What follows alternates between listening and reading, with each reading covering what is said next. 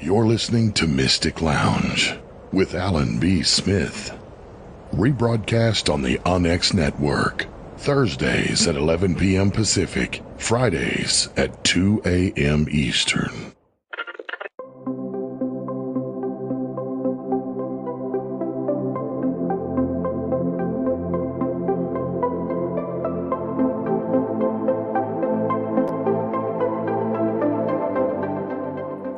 However you are and whenever you are, welcome, good souls, to Mystic Lounge. This is Alan B. Smith. Thank you so much for joining us tonight. I have a very special guest, Marya Hornbacher. She's the author of Waiting, a Non-Believer's Higher Power. So as many of you know, I've discussed addiction on this channel and podcast before. And tonight we're actually really going to get into it and so much more. This goes deeper than just a singular addiction of some kind. It's a broader philosophy. It's about a spiritual recovery that may not necessarily mean that you need a higher power or a God or a divine spirit for. So whether you are a believer or a non-believer in a divine spirit, I think you'll still really appreciate the tenets and the ground that we're going to cover tonight with Marya. If you like this podcast, please subscribe, like, comment down below, and click the notification bell on YouTube. And of course, on the podcast, wherever you listen to it, please review and rate. I really appreciate that. This show is rebroadcast on the Onyx Network every Thursday, 11 p.m. Pacific time, 2 a.m. Eastern on Fridays. Marya Hornbacher is the author of Waiting, a Non-Believer's Higher Power. The book is considered a powerful, almost radical exploration of what spirituality can mean to the recovering person who does not believe in God. Marya is an award-winning journalist and best-selling author, and is the recipient of a host of awards for her books, journalism, essays, and poetry. Marya published her first book, Wasted, a memoir of anorexia and bulimia, in 1998 when she was just 23. It has been published in 16 languages, is taught in universities all over the world, and has, according to the thousands of letters Marya has received over the years, changed lives. Her website is maryahornbacher.com. Marya, welcome to Mystic Lounge. How are you? I'm good, thanks. How are you? I'm good. I'm so excited. I'm so happy to have you on. Glad to be here. I think you have a really great message.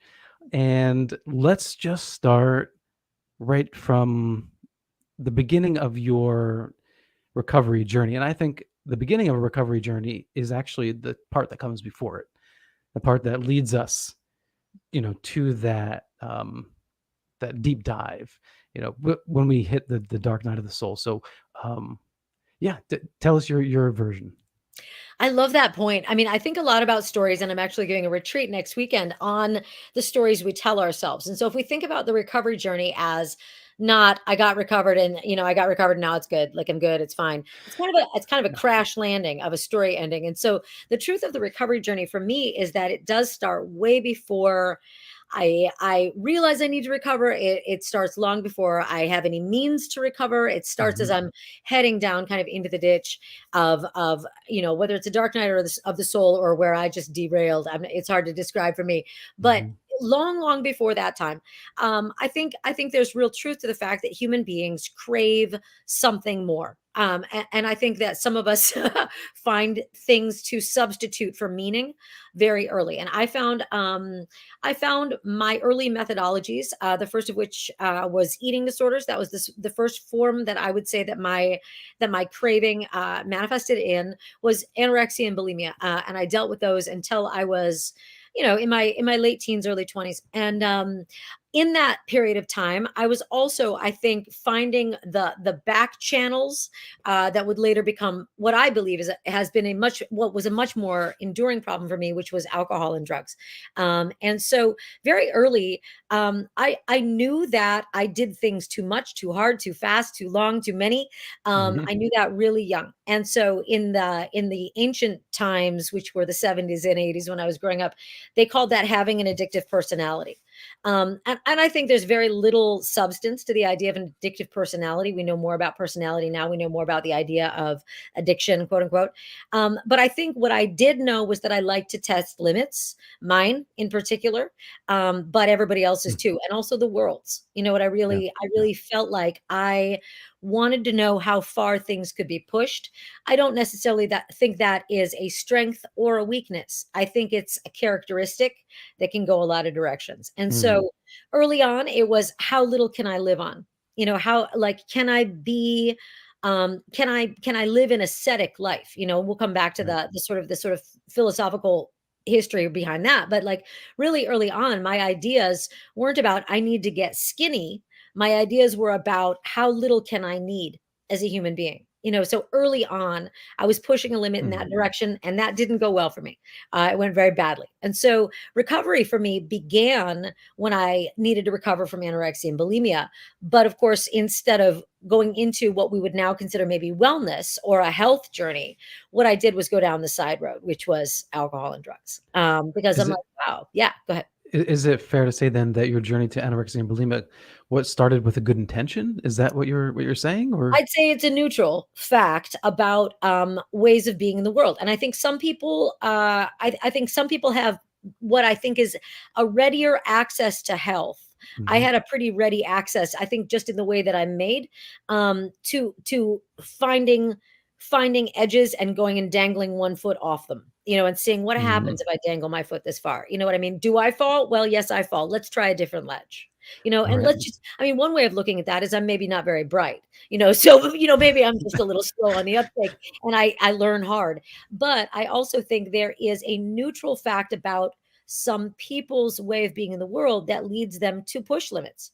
Um, One would want to train that earlier than I did into better outlets, and I didn't Mm. train it early very well at all. Yeah.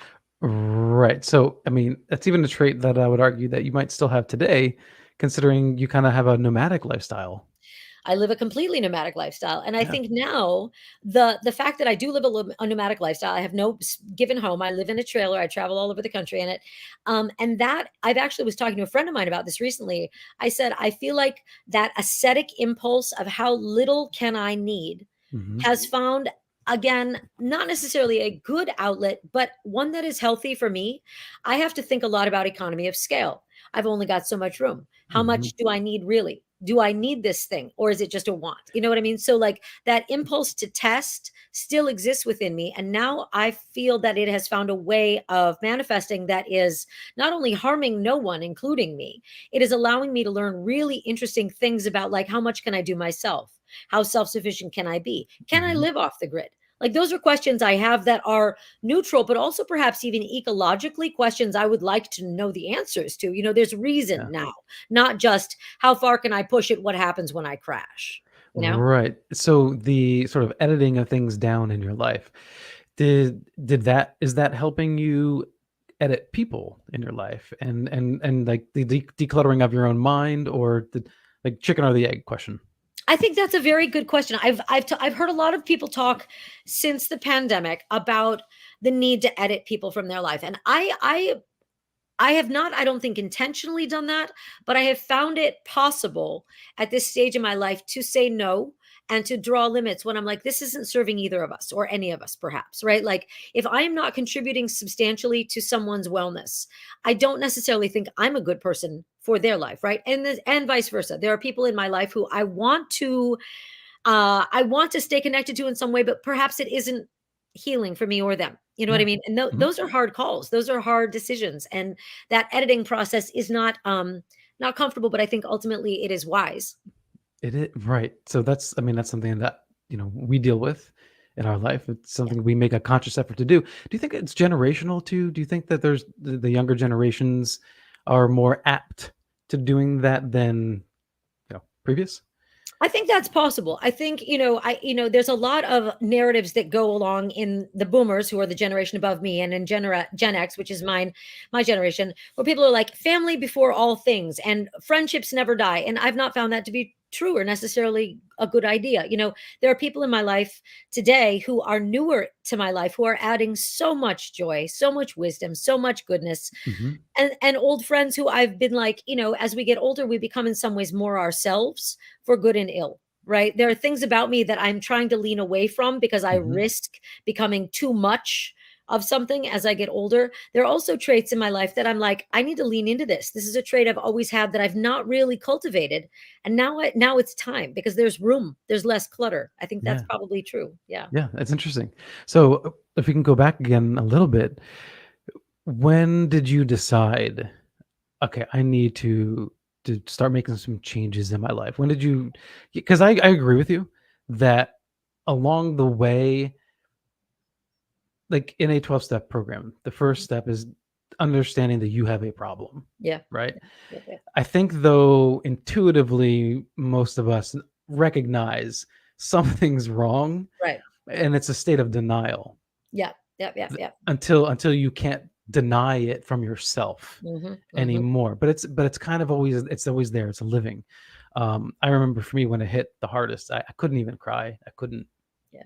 I was dead, just Yeah. dead, and that was really really scary. Actually, Yeah. that was one of the scariest moments of my life. Did you have that kind of moment, or what was the impulse? Which time?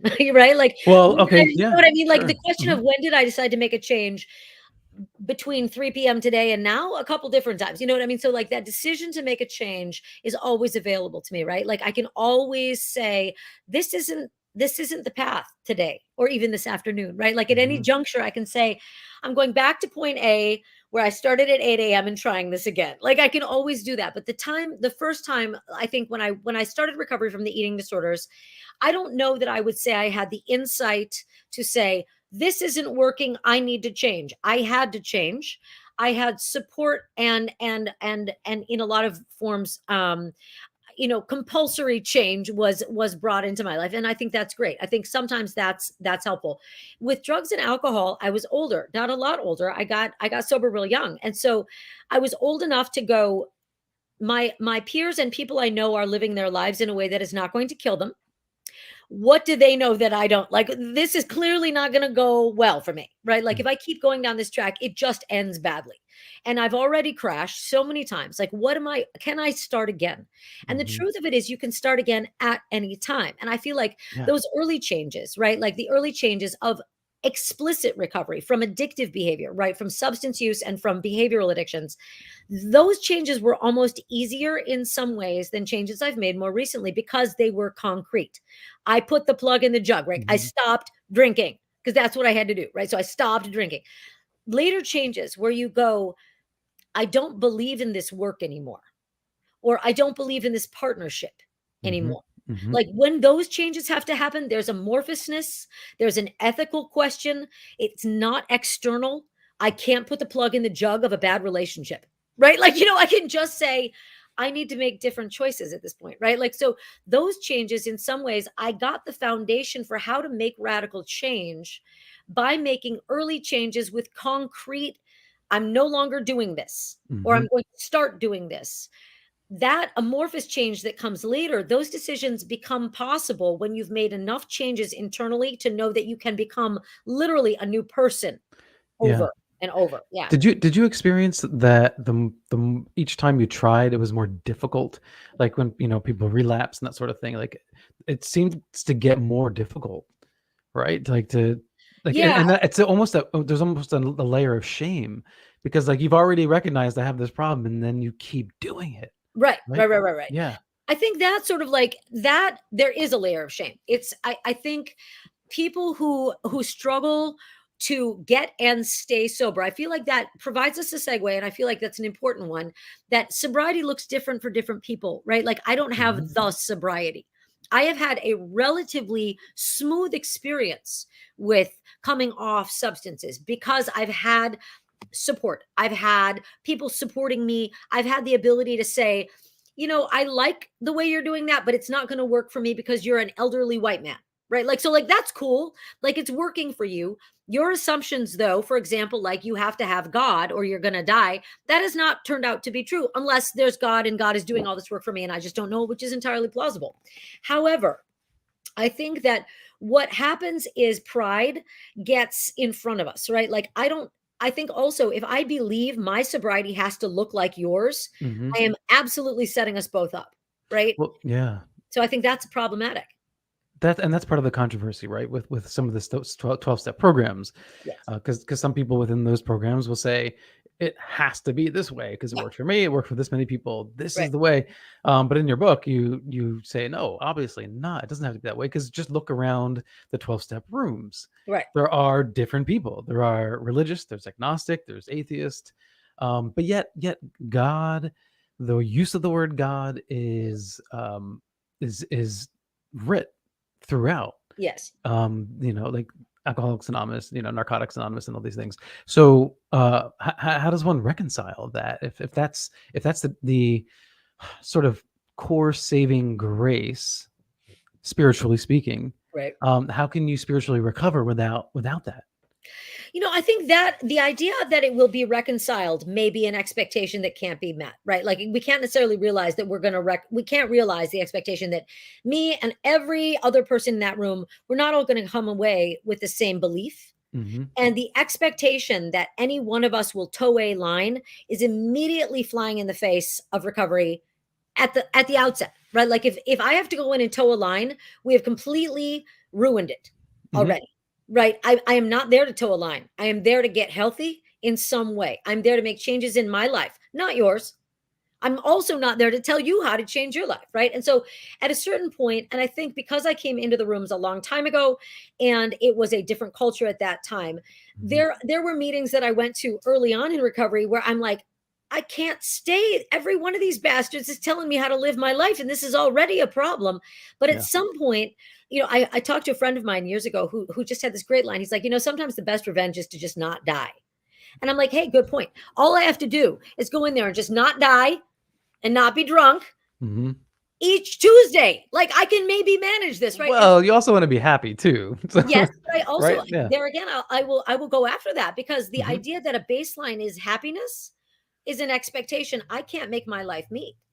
If my baseline expectation is I have to be happy if I'm hungover, Yeah, no, I'm not all the ill, time, right? right? You know what I mean? So, Yeah, like, yeah. but like at a baseline, am I happy? No, but I'm very peaceful. Right, Right? So right, at a right, right. baseline, I am peaceful. And I a lot of the time then that allows me to be happy. And it allows me to not be upset when I'm not happy. It just allows me to be where I am. Hmm. You know what I mean? So, like, if I can wake up and in the course of the day, be more or less peaceful, kind of no matter what happens, Uh-huh. good. That's an exceptional day. So you're it's like saying you're not gonna get angry at yourself if you're not so happy that day. Yes. Like, it's Like, okay that I'm not so happy that today. right, Like, right, yeah, right. But it's also, I'm not going to pathologize it, right? Like, so I'm right. not going to be like, oh, what's wrong with me? It's, well, we're having a global crisis, right? Like, one after the other after the other. Why am Mhm, I stressed? Why am I anxious? Well, so what I said was about the global crisis. mhm. Like, so the expectation that we're not going to be anxious, we're not going to be stressed, we're not going to be fearful, that is unrealistic. Like, we're going to be anxious and stressed and fearful. What I can hope for, and this is up to me to kind of create a setting where I can do this, what I can hope for is that within this chaos that is the material world that we're in right now, Mhm. within this chaos, I can find a fairly consistent baseline of peace, right? Like, that doesn't mean I'm over here in my Zen monk outfit being peaceful. Nobody who knows me would describe me probably as a characteristically peaceful person, but every day I wake up and have peace, right? Mhm. Like, every single day. And that's partly because I'm in recovery. It's partly because my expectations, they aren't low, but they're flexible, right? Like, if I Yeah. need to lower them, I can. Like, if I need to be like, today is not going to be a happy day, I don't need to lean into misery, but Right. I can get comfortable with the fact that I'm not going to have a happy day, right? Like, I can get comfortable with that. Yeah. Going back to like your question though, that I think is important, how do we reconcile the expectation of a God consciousness in the rooms of 12-step recovery and the fact that not everybody in there believes it? Not only does not everybody in there believe it, millions and millions of people are in recovery and not in 12 steps. You know what I Well, mean? Like, they're yeah. nowhere near those rooms, Yeah. but they're somehow managing to be in recovery in their way. And I feel like those people don't get much playtime. You know what I mean? Playtime as in, what, exposure or Well, what I mean or is that, like, heard? when I go to the rooms and everybody's like, this is how it's done, this works for all of us. I'm like, okay, so 10% of people who come to 12-step meetings will stay sober. Like, Mhm. statistically, that's very, very crummy. Mm. But that's also partly because lots of people who are in recovery aren't in 12-step programs. Interesting. So like Okay. So what do we the take away from idea that? of defining recovery as I get sober today, I am sober till I'm dead. That's very rare. Yes, yes, yes, That's yes. Yeah, very, very yeah. rare. Is it nice for me? Yes. Do I hope it for people? Yes, because it facilitates getting peace back, right? Hmm. If that isn't the way your journey looks, though, as very 90% of people's journey won't look like that. And if they are automatically upset with themselves or feeling shame or feeling like they did it wrong because their journey doesn't look like that, I think maybe what we need to do is change the definition of the journey, right? Like the journey may Yeah, look real different for other people and it may still be a healing path. yeah. And it's interesting, the idea of peace, like you say, like you wake up feeling peaceful, other people may not perceive you later in the day as a Right. peaceful person, but things can be relative based on your experience. I mean, to Yes. wake up in the morning and not be ashamed Right. Right. is like huge. Like Yeah. that's huge, and some people don't understand that because just haven't been through that. Thankfully for them, Right. you Right. Right. know. Right. But that alone is a big part of my gratitude. Yeah, You know. absolutely. Mine too. Like Yeah. just to wake up and know that I'm pretty much okay. You know what I mean? I'm Right. not ill. Right. I'm not lost. I'm not like, where's my car? Like, you know what I mean? I'm just it's time to get out of bed and go running. Like it's just that it's a new day. Like let's do this today as best we can, right? Like and Hmm. that sort of it does not have to be sunshine and rainbows all the time, but it can be consistent and it can be very deeply peaceful. And I think if you told me when I got sober that it was going to be consistently peaceful, I'd be like, shut up. That sounds horrible. Well, I don't know. Turns out that like you can get a lot of work done with a baseline of peace of mind. Well, there's addictions to the peaks and valleys too, Yes, right? very much That's a so. toxic addiction right there. Yeah, So when you start leveling out and you're not getting the highs and lows, yeah, you're not getting that hit of the high, and that yep, doesn't necessarily mean of the drug itself. yeah, Like you yeah, can have just be in a psychological high, like the pink cloud is sometimes here, like yep, oh everything's great, and then you crash, right, and then right, like right. build yourself back up again. It feels so great, and then you crash, and then that becomes an addiction in itself, Yeah. a And cycle. I think that I see more emotional junkies than anything in the rooms. Mm, You know what I interesting. mean? Like I see people very, very addicted. And I know that's a word we're not entirely comfortable with these days, but I see people very dependent upon an emotional intensity that isn't necessarily healing or well necessarily it's not sustainable. If nothing else, it's not sustainable, right? Like the careening from high to low, whether an addiction or not, it's a rush. Like there's goal oriented chasing there. Yes, And yes. I feel like, if I'm out chasing a rush, I'm definitely not sitting on my meditation cushion. I'm never chasing a rush when I'm on my yoga mat. That is not what I Mhm, am doing. I'm mhm. learning to slow myself down and be still and just be where I am, right? That's harder for me than getting high. I can get high real quick. Mhm. You know what I mean? So like I can also get low real quick. So what if what I learned how to do was be still? That's a harder and bigger challenge for me that has proven more life-giving than any rush, emotional or drug induced ever. So we're using the word spirituality. I mean, do you differentiate the difference between psychology, psychological wellness, and spirituality? I don't know that I would distinguish them. I think if they are distinct, I think there is a great deal of overlap.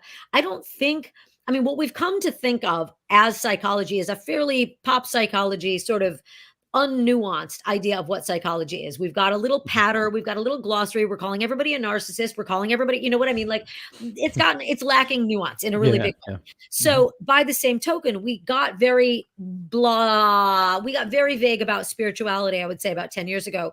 And so, the lingo switches all the time as culture Mhm. switches. To me, are they distinct? That might not be the question so much as like what wellness means to me. I can't distinguish between what do we call it, like mental health, physical health, spiritual health. They're not in separate rooms, right? If I go, like, let's just take Nietzsche, in Thus Spoke Zarathustra, he says, body I am entirely and nothing else. I am prepared to believe that. Mm. I'm prepared to believe Mhm. that the entirety of my existence as a being begins and ends with my bodily aliveness. And when I die, it's gone. I'm prepared to believe that. I'm also prepared to believe I'm completely wrong. I'm Yes. fine Yeah, with yeah. that either way. Like, how the hell would I know? Well, And so, and like, there is yeah, a difference between like body and a body that is alive and functioning. Yes. It does require energy to move a body. There's Yes. electrical impulses. We have brain waves that are like seeping out through our skull. Right, right, right. It's a really Like a interesting little dynamic. microwave walking around. Yeah. Yeah, exactly. Yeah. Yeah. So actually, now that we're talking about that, do you think that there's any evidence that you've seen that there is a soul or anything of the sort? If I knew, so I'll go back to the Hebrew for breath. Ruach means breath and spirit. Same word. Mm, Like I am perfectly content with not knowing what the ancient Hebraic interpretation of that was. You slapped a baby when it took 2 breaths, it was a being. Like it had its spirit, it was in its body, it's good to go. Right. However, today, like once my breath is out of me, am I myself anymore? I am not. Has myself gone to another atmosphere? Unclear. Myself for sure isn't in these 5 feet, right? Like mhm. it's gone. So, like, what is that to me? I am like, for my purposes, and this is sort of what I get into a little bit in waiting, is I need this very dumbed down in a way. Like I love to think about higher order stuff, but at the end of the day, I am not so grandiose as to believe that I understand. Mhm. I do not understand. What I know is that right now I'm living. I'm trying not to harm anyone while I'm living. I'm trying to be as ethical a living thing. And to me, that living is the same breath I take when I'm on the meditation cushion. It's the same breath I take when I'm running too hard. It's the same breath that I'm ruining with my cigarettes. It's the same breath that keeps me a self and that will no longer be a self when I'm gone. Mhm. That's all I know. And because I keep myself to a fairly limited concept of what self is, I don't get super attached to what is my spirit. I don't know. Like, is my side of the street clean? Not really today. I've been kind of a shit. What about tomorrow? I might be Yeah. better. Yeah. Like, you know what I mean? Yeah, but that's one of those expressions I've always really liked. Like, try to keep your own side of the street clean. It's kind of like judge lest you be judged. It's Yeah. in that vein. But Yeah. I like the poetry of that. Yeah, me too. Uh, Me too. yeah, and you mentioned ethics. So, how important is in recovery? You often hear it. How important is vigorous honesty? With myself, vital. But I also think there is a blind spot or a lot of blind spots that we all have, right? So I count on other people to be vigorously honest with me as Hmm. well. So to me, vigorous honesty in my recovery is huge. Like my vigorous honesty with myself, with the people that I am trying to be helpful to. Like I'm not going to bullshit somebody who is struggling and coming in and saying, I don't want to do this. Right? I'm not going to be like, you'll love it. I'm going to say, I don't blame you. It's awful, at least for a year. Yeah. Like, I'm not the guy who's going to be like, boom, it'll be fine. Right? Like, Hmm. so vigorous honesty may not just be, I'm not lying to my friends. I'm not lying to my family. Like that's important, but I feel like that's important as a human being in a world, right? In recovery, it is very important. I think that I am vigorously honest with people about my experience in recovery, in part because I walked into this program and felt like everybody was full of shit. I just needed one woman to be like, yeah, it's horrible. There's men everywhere. They're predatory. You'll get sober anyway. Just keep your head down and roll, right? Like I needed Yeah. someone to say that to me. Hmm. They didn't. Somehow I ducked and kept going. And someone said to me, actually, this was on New Year's of this year. I showed up at some meeting. There was only one woman there. She is fragile. Like you can feel her fragility in the Hmm. room. Every guy in there who wants to be helpful, which I believe him to do. Like I believe these guys want to be helpful. They also all want to talk to her because she's young, she's pretty, whatever. Like, and I'm like, here is my number. You don't have to talk to me. You don't ever have to use it, but you have it. The next night she called me and she said, I just want someone not to bullshit me. Can you tell me if it is possible to make it? And I'm like, yeah, you can make it. We never spoke again. And all she said was, thank you for not being Pollyanna full of shit. Who cares if she's sober forever? That night, she was Hmm. stuck at a party and about to drink. Maybe she got home safe. Maybe not. And it's Yeah. again, not because of me, but because someone is willing to be vigorously honest, actually. And that's what I that's about. think Like, you alluded to something earlier, which I agree with so much. Um, Not every sober journey is a single linear recovery. Yeah. It's not indefinite and doesn't go on for their entire lives. Oftentimes people have to struggle and relapse and all that kind of stuff. But like, okay, so even if 10% have lifelong Mhm. recovery, a large part of those other people who have stretches Mhm. of recovery of not destroying their life, Right. maybe they give themselves enough time to get another job, get back on their feet, go to school, whatever it is, try to work on relationships. The collective total positive, I think, is huge. Yes. You don't see it because it's just organic happening. But if you could snap your finger and just suddenly all of those people who aren't, lifelong, successful, sober people, if you snapped your finger and none of them had those intermittent periods of sobriety, the Right. world would look different.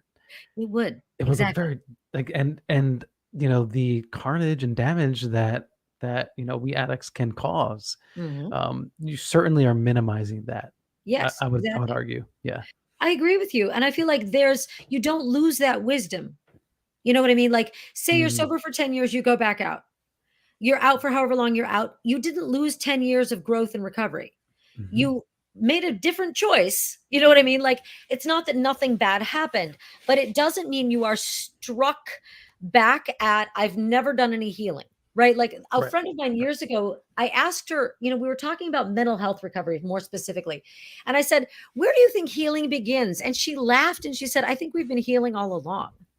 And that Mm, goes to your point about when does the journey begin? Where does the journey begin? It begins way back in illness, right? Like, it begins in disorder, it begins in the destructive period. Like, you are healing at that time.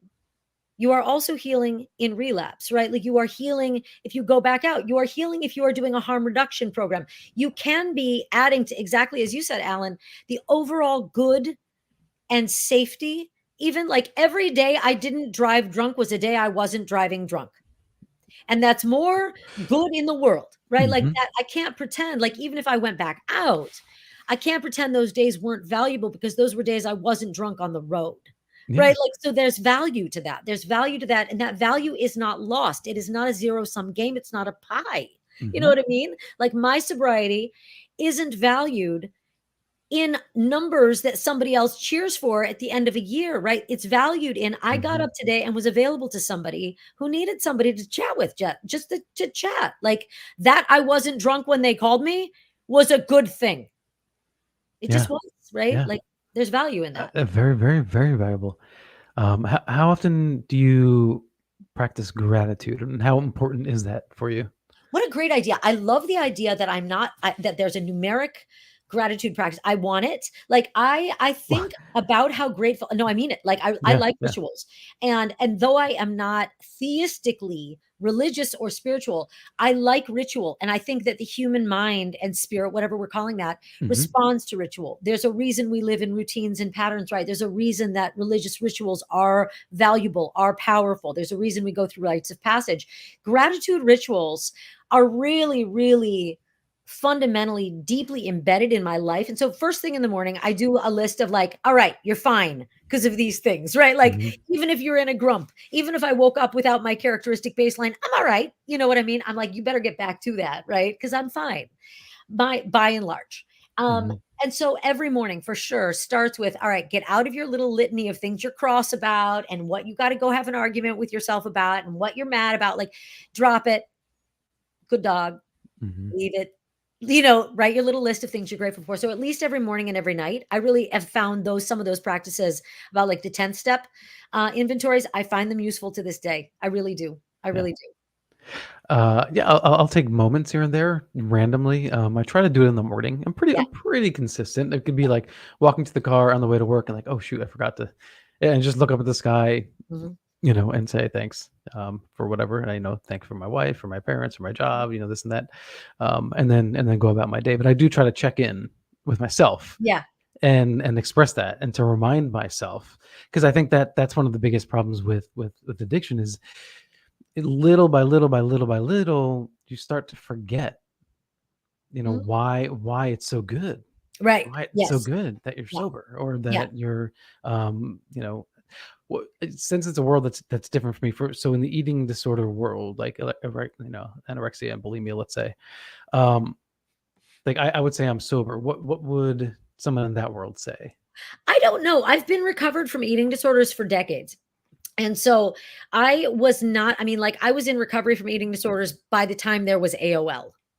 So Oh, like it's been a okay. long time. And so I was never aware of the kind of the world of internet facilitated eating disorders, although, I mean, like I'm faintly aware of that, but I am aware of Eating Disorders Anonymous, which exists in very much the same. It's a 12-step, recovery program. I've spoken at a couple of those meetings, but I have not participated as a member. And so I don't know. I think people talk about it being in recovery, which I love Okay. as a transitive verb, right? Like it's an ongoing, it's not an end state. Mhm. I do not experience eating disorder symptoms or temptations, and haven't for so long that I will speak of recovered in the past tense of eating disorder simply because it's been so long.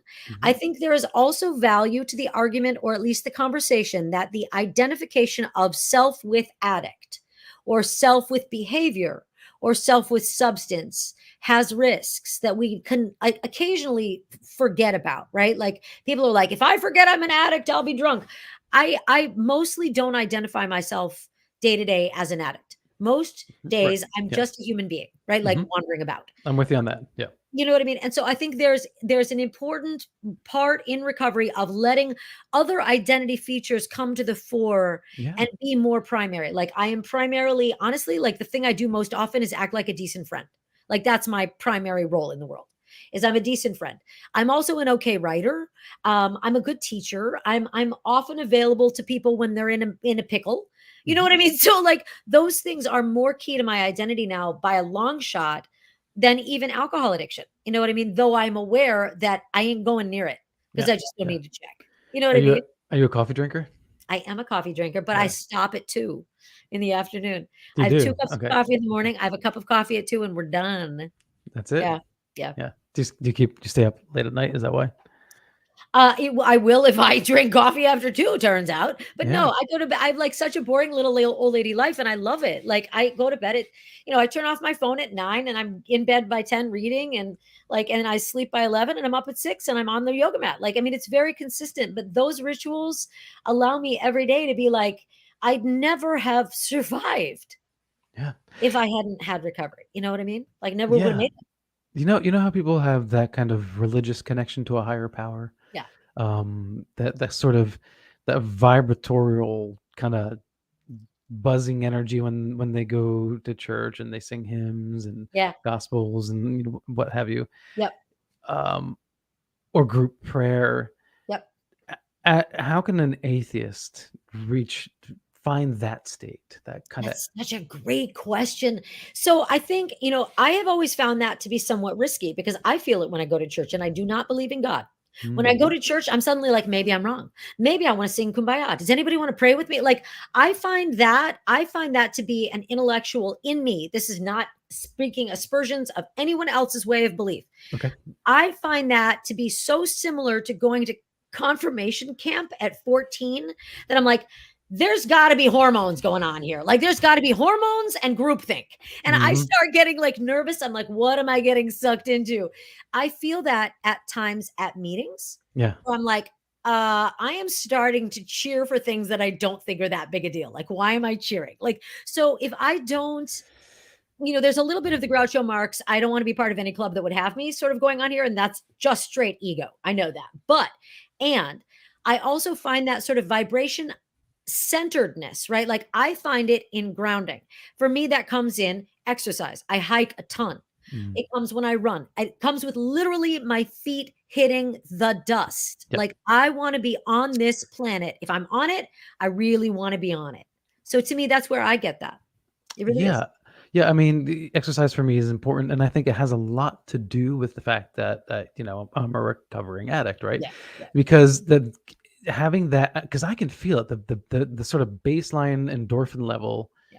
that I get from that is, I would say, like one of the biggest pillars. Like I Yes. kid you not, like Yep. for like my like psychological well-being. Oh, I agree. Yeah. And we act like that's a surprise. I mean, it's like, Well, again, because not everybody needs that, right? Like their brains every are just different. body is like mental wellness does hinge partly on how well your body's like how cheerful are you when we've got the flu. Like the body and the mind and the mental health and the spiritual health, again, they aren't in separate rooms, right? Like not Mhm. everybody thrives on exercise the way maybe you or I might, but the body needs caring and respect, right? Like when we feed it good food, it's happier. Our mind is happier when it's getting some movement. Like when we dance, it is impossible. I don't care if you are in a wheelchair, you moving and dancing in a Mhm. sense that allows your body to feel like it is inhabited Yes. improves your mental health. It just does. There's a kind of exuberance to it, I Yes. Oh, suppose. what a great word. Yeah. So totally true. There's an exuberance. And sometimes just dancing, that'll do it. Yeah. You know? Yeah. And everyone can find their own, funkadelic vibe, and Yes. whether it's yeah. Absolutely. Yeah. So so you know who funkadelic is, right? I like that. There you do. So when you said religious camp, right? What was that? Well, I mean, I spent a couple of years as a young person, a very young person. Mhm. My family got involved in a church, like a very run of the mill Episcopalian. They're just like Catholics, except they're more liberal in one way or another. Um, Mhm. and they went to a church and they were very invested in it. I guess I would say my family was very invested in it. I really found it to be an emotional discharge, right? Like I found confirmation class to be very cathartic, which is why I Mm. began to suspect that it wasn't church that I was Right. enjoying so much as the possibility of going somewhere to just sob and Yeah. hang out. It sounds like we had I was raised Catholic. Sounds like we had very parallel experiences. Yes. Yeah. Did you do the washing of the feet? Yes, and I was like, Right? this is super Right? weird, man. Like, I mean, like whatever's Yeah. working for folks is working for them. I Like, know, no I shame know. here, but But it's really, man, yeah. I was like, why am I like serial boyfriends at confirmation class where we're talking to each other about like how we're gonna like love Jesus together? I'm like, that is not what we're doing. Like, that's not Mhm. what's happening here. Like, we're doing something else There's that something like, else there, and I think you're right. The hormonal thing that's happening at that age, yeah, and anybody like who, when you're just being vulnerable around other people, yeah, there's an inherent bonding that there occurs is, there. right? So Like, you combine teenage hormones with that, and then so as a developing mind, you relate yeah, that experience with the religion that had introduced you. yeah, yeah. But that's very much a kind of a group therapy And session, what's wrong right? with that? Like Yeah. the reason the 12-step programs work is because they are group therapy. That is what works about them. Yeah, Is yeah. you're in a room with other people supporting you in a goal. It works for all kinds of things, right? Like confirmation, fine. Like, gym class, fine. Whatever it is, like that sense of belonging is vital to Mhm. healing. When you've got a broken bit, whatever it is, whether it's your broken heart or your broken mind or your broken wrist, having people with you to support you in the healing process. I don't even like being around people that often, but I like being connected to people, right? Like I deeply value my Mhm. connections. I'll feel that sort of thrill at a good reading. I'll feel it at the Village Vanguard when I hear somebody do an amazing solo. I will feel it on the dance floor at a nightclub. Like that group sort of, we are here, we are alive together. That's where I'm going to go back to Ruach. Is it spirit or is it breath? Is it Yeah. heartbeat or is it pulse, right? Like what's going on that like, Mhm. is this the bass thumping or is it the fact that something in the bass responds to me and I respond to as a mammal that likes being alive? That's interesting. You remind me of towards the end of the quote unquote end of the pandemic, when I had first gotten together with a group of people from work, people that I wouldn't hang out with outside of work normally. Right. Um, I remember coming home being like, "Oh my god, that felt so good." Yeah. Like Yeah. normally, rewind, a couple years before that, I've been like, "Ah, work here." Happy hour. Right, Right. right. And then I was like, "Yeah, that's kind of nice. It was nice to be around other human beings for a little Yeah. bit and that Yeah. close." And yeah, you pick up I on that think there's vibe. something very, I mean, like the recovery, like the 12-step programs have boomed in the pandemic and since people began, Mm, mhm. well, there you are. with your addiction, right? Like you and your addiction, and maybe your spouse or your partner and your kids in the house, and your addiction is taking up 98% of the air, right? So like people did start recognizing, I think, that they were struggling with whether it was substances or behaviors or processes, and that they needed some support outside of the room that they were in with their demons, right? Like all of us, the externalization of like, I cannot get perspective on this, right? I need someone else to look at it from over here and be like, why are you holding your hand right in front of your face? I'll be, oh, yeah. Like, can we step back from this and get a look at it? People help us get to scale, like thinking about not only the problem, whether it is addiction or other, thinking about the self to scale is pretty vital too, to me. Like Self recognizing to that, scale. yeah, that self, like how important is it? Whatever my latest crisis is, like how important is it on a globe scale? I guarantee you don't even know what happened last week, right? So it can't be that important, right?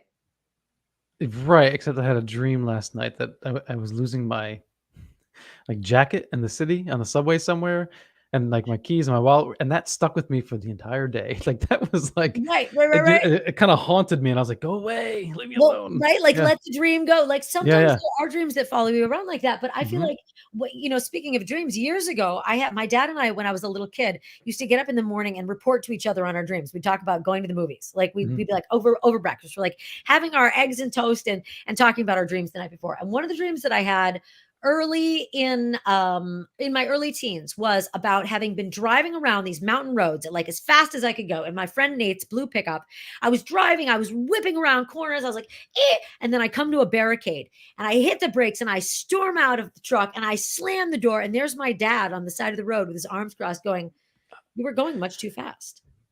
And I'm like, but I've never forgotten that dream, because not too long after that, I began recovery because I was going much too fast. Is my dad a wise person? Yes. Is he a lot of other things? Yes. But that dream, the figure of someone who knew better, just came in and was like, hey, slow it down. Like, cool it. You can be fine. Just slow down. You're going too fast. Yeah, I absolutely think dreams are very important. We need to take the time to, sit on them, ruminate on them, and let the symbolism kind of work through you, and to kind of understand, like, oh, I think this is what it's trying to tell me. Yeah. And it's either reparative or it's prescient. That's kind of Yes. how I see it. Yeah. I agree. I agree. There's a lot of stuff I can let go in dreams. Sometimes a dream will just let me know something is done. Like I can let it go now.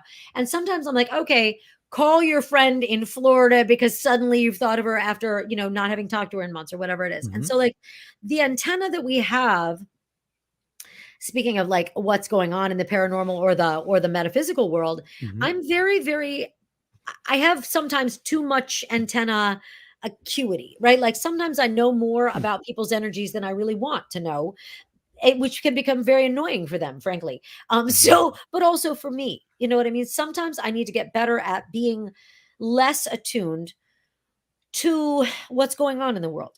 And I think given the world that we're in right now, um, being self-protective around energy and around wellness is vital. Not just gratitude, but being aware that, like, yes, I'm grateful for my recovery. Sometimes my recovery, I get tapped, right? Like I get tapped in service. I get tapped in being available to people, right? Some days I just want to sit in the bathtub and cry by my damn self. And I need to be able to do that, right? Like sometimes I need to go, yes, I've been sober a long time. Yes, I know you're hurting. Yes, I'm really sorry, but right now I'm sitting in the bathtub crying. Can you call me in 2 hours? Like, you know what I mean? So recovery has edges too, where we need to make changes. Doesn't matter how long we've been here, right? Yeah. Like we need to sometimes make changes as well.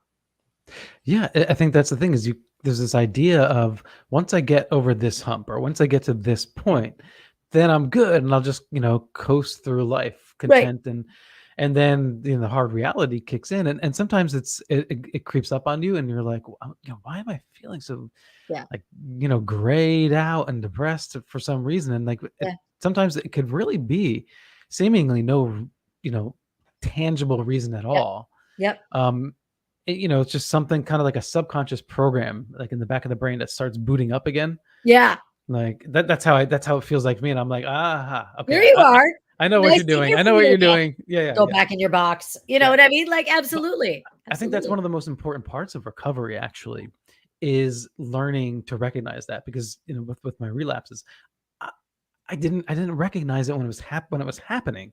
Right. And then all of a sudden it was just this boom. Like I would just feel this rush. It was like a crash. Yeah. And now like I have the tools and I have the mental awareness. And there may be a couple of people in my life who go, Hey, I'm Alan, seeing right? something right now, you know. And So at those least not, people are those people go at the top of my list of gratitude. Like, yeah. Oh my having gosh. people say to me, like, I am concerned about you. And I'm like, what are you talking about? Well, that just means I'm checked out and they're tuned in. Like, And and I they're need to tuned listen in. to those people. Yeah, yeah. And I love those people. Me too. Yeah, Especially absolutely. one person in particular. Yes, yes, yes. Yeah. So so how do you manage that? Like when you start getting those old inclinations or impulses or psychological moods that you don't want, when you start to recognize them, what do you do to kind of mitigate that and get yourself back on track? Honestly, for me, because I have found, the first thing I do is reach out to the people that I trust and just like alert them and be like, I have a group of very, very, just amazing people that I'm close to and with whom I'm in very, very frequent communication. And I'm like, okay, heads up. And it doesn't mean I alert them like SOS, I'm failing here. Mm-hmm. It just means that like I reach out and I connect. It's like when you have a partner, every now and then you'll just pat them on the way by, right? Like I don't have a partner, I don't want a partner, but I do want to reach out to my friend Karen and be like, hi, and have her go, hi. I'm like, all right, we're good. And I can kind of proceed. Like Yeah. it can be as small as that. It can sometimes be, hey, I'm really struggling here. Like, can somebody just like get on the phone with me? Yeah. But people, even though I spend most of my time physically alone, I spend the vast majority of my time in solitude and I enjoy that. Those connections are all the more vital for people who like solitude, right? Like they really are. And Mm-hmm. so like that's it. But when I have like another mood, like I don't deal anymore with, impulses to be self-destructive. That doesn't come up for me simply because I've put enough temporal distance between me and the last thing, right? Like there's just been enough time that it doesn't occur to me. Like I can sit in a bar and Mm-hmm. it will occur to me 2 days later that it didn't occur to me that I might want to drink because it has nothing to do with me. The alcohol there has nothing to do with me. Like it has Well, I have no relationship with alcohol. Not good, true. not bad, just none. Right. So that is a built-in buffer. Time gives me a built-in buffer between Mm-hmm. that type of risk, but other risks exist. Like I risk being a jerk all the time. And so like when I find myself heading down that road, like any of Mm-hmm. my behavior change that go right to I am now being a jerk, I do try and reach out to people, but I discharge a lot of that energy physically. I walk, I hike, I run, like I'll go beat up a heavy bag. I mean, anything that makes me like physically, literally, like when you're getting a massage and they're like shaking weird energy off, I do that at the gym every day, because I don't need it in my body. Like my body's my Mm-hmm. temple. I get to be happy in it. I don't want Yeah. that bad with me, you know? Yeah, yeah, I think that's interesting, and maybe that's why that's helpful for me personally. Is I think there is a kind of a grounding experience by doing that, particularly if it's in the morning. Yeah. It's like kind of just like getting off any excess energy, Yeah. neurotic energy, and that sort of thing. Yeah. Yeah. So earlier you mentioned sensing antennas, and I'm wondering, would you put yourself in the empath category? Uh, I think probably there's enough truth to the sort of what I have read, and I'm not by any means an expert. What I have read about empaths is there's enough truth to it that I think I probably can't pretend I'm nowhere near it. Like, right? Like, I mean, there are about 9 double negatives in that sentence, but like, Mhm. I definitely have an awareness of people's emotional state that I can't explain. Like, they won't have said anything to me necessarily, and I will just pick up on their energy and be like, he's in a really good spot right now. That makes me happy, right? Like, but I can also wake up in the middle of the night in a cold sweat and be like, where's my older brother? Like, is he okay? And I don't talk to him on the phone ever. So I have to like make sure that things are cool. Like, so there's a sense of antenna that feels a little bit extra, to tell you the truth, but in between, like in a room, like when I'm aware, I can be in a room and be like, something's really wrong, like something's Mhm. really going on, where nobody even may be explicitly saying anything. So do I pick up on energy more than I would like to? Probably. That's actually Yeah. probably why I spend as much time alone as I do, because like there's only so much energy as you can really walk around with. Yeah, I think a lot of people who recognize themselves to be an empath Yeah. identify as that or otherwise, that there is a kind of an overload when they're around too many people, especially if it's like just like toxic energy. It's just Right. like, because I mean, I have a thing. It's probably something from childhood. I don't know. Whereas like I'll start kind of slightly picking up on other people's like energy and personality, not traits necessarily, but the behavior, like little micro behaviors and things like that. And I think it because I am empathetic, so I'm always trying to see things from the other person's perspective. Right. And having a little bit of background in acting, I think there's just kind of like I'll start picking stuff up, and I'm like, oh my god, like get it off. It's not mine. I don't need this one. Right. Exactly. Yeah. And that's a little bit odd. I think about energies. I was describing this to a friend of mine who's very much involved in the non-duality movement of school of thought sort of thing. And I was describing to him in an email, I'm like, I came to this city and the energies the textures are really funny. Like the textures of the energy in the city are rough or like cloistering. I mean, like, and so the energy of the city feels really physically tactile to me. Like, and that tells me that I've been alone in the woods for a long time and I got very comfortable out there. Like I did. And then I came to the city and it was like I had no shirt on. Like, so I had to do a little bit of energy work actually to try and kind of like seal it off. It's interesting. Yeah, especially when you're away from it for a while. You mentioned the temporal distance. I would still say that there are a lot of people who I think that they actually relapse because of that.